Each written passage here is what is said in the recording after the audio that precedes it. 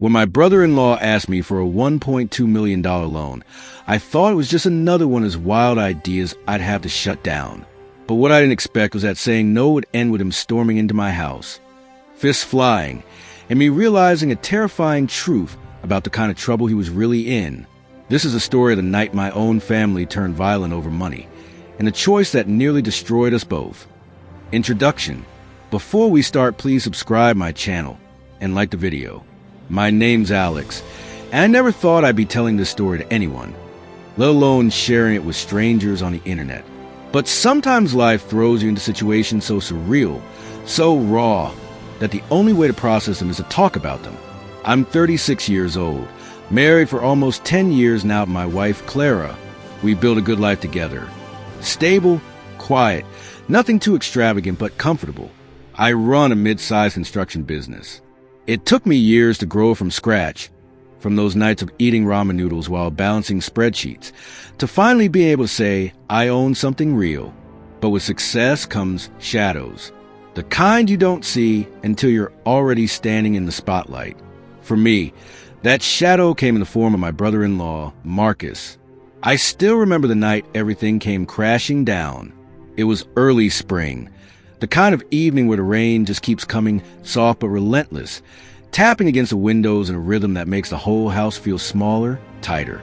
I was in my office, a small room I'd carved out for myself at home. The desk lamp cast this warm, golden glow over stacks of blueprints and invoices. The smell of strong coffee lingered in the air, even though the mug next to me had gone cold hours ago. My dog, Baxter, a lazy old Labrador, snored gently on the rug behind me. Everything about that room felt safe, like a cocoon. That's why I didn't expect the storm that was about to walk straight through my front door. Marcus had always been complicated. He was Clara's younger brother by 4 years. On the surface, he was charismatic, funny at parties, the type of guy who could charm a waitress into giving him free drinks. But underneath that charm was something rotten. He never held a job for long, always chasing the next big break. One year it was flipping houses. The next it was cryptocurrency, then day trading, then luxury cars. He never stuck around to clean up the messes he left behind. His parents bailed him out more times than I could count. But lately, the well had run dry. And that's when he started looking at me. At first, it was small requests.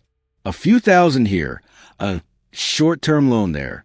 I helped once or twice, thinking I was being family. But then came the real ask, the one that made my blood run cold. Marcus came to me asking for a $1.2 million loan. He said he was on the verge of a massive deal, importing luxury cars from overseas, flipping them for double the price.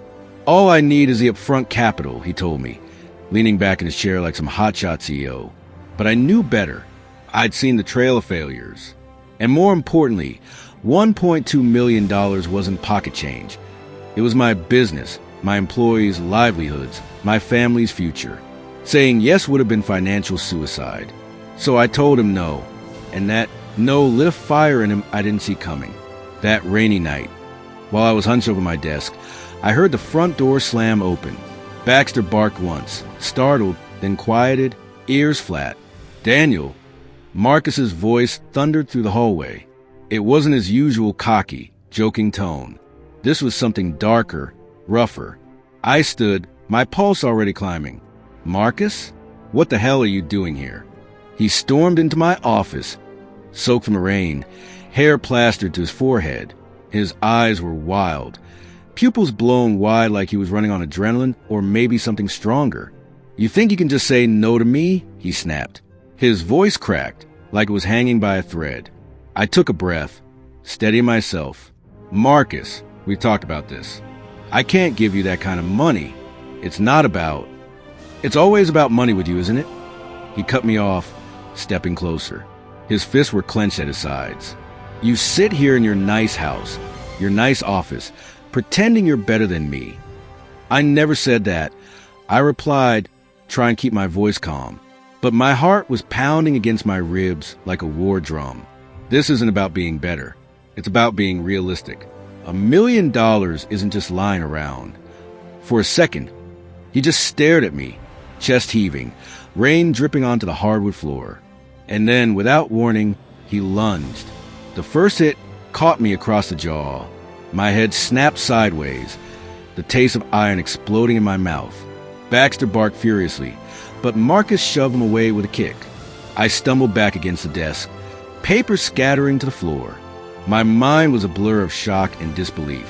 He actually hit me. "Marcus, stop!" I shouted, raising my arms, but he swung again, this time connecting with my ribs. The air rushed out of me in a sharp gasp. Every sound in the room amplified. The rain hammering the windows, the ragged growl in Marcus's throat, the pounding of my own heartbeat in my ears. I tried to push him back, but he was relentless. Fists flying, words spitting out between blows. "You owe me. You think you're better than me. You're nothing without money." Each word was like poison, each punch fueled by years of resentment I hadn't even realized had been festering. Finally, in a desperate move, I shoved him hard.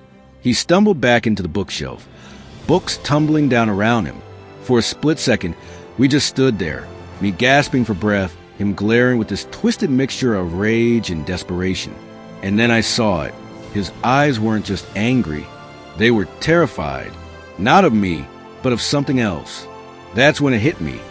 Marcus wasn't just asking for money.